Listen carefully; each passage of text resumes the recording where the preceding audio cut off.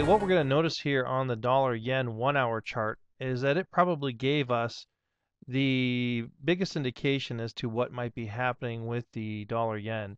As you can see here, we had a bottom in price on Friday of last week, and then we attempted to retest that. And you can see that nice plunger move. They were testing, they were probing to see.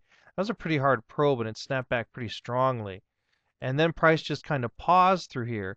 Now, it became a little bit difficult to maybe negotiate a trade with just the 1 hour chart.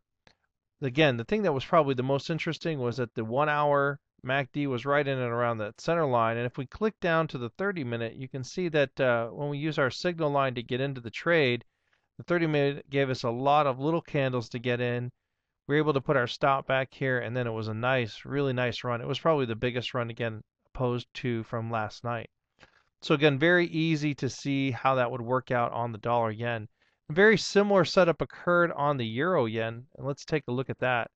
Again, you'll see these setups over and over and over and over again in the market.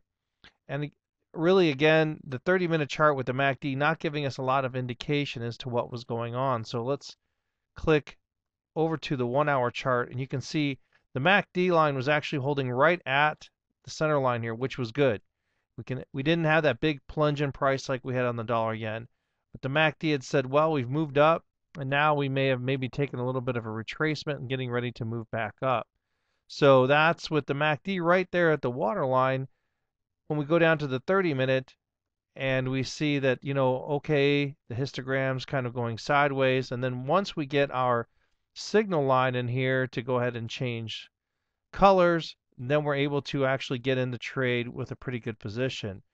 And if you notice, was go green here on this candle here. We had to wait for it to confirm in a stop of about 40 pips off of a 30-minute chart. That's not very bad at all.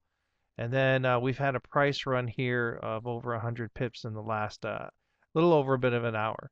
So pay attention to the MACD, folks, when it's down in that range. And if you cannot key off of one time frame, look at a higher or lower time frame and then get your entry.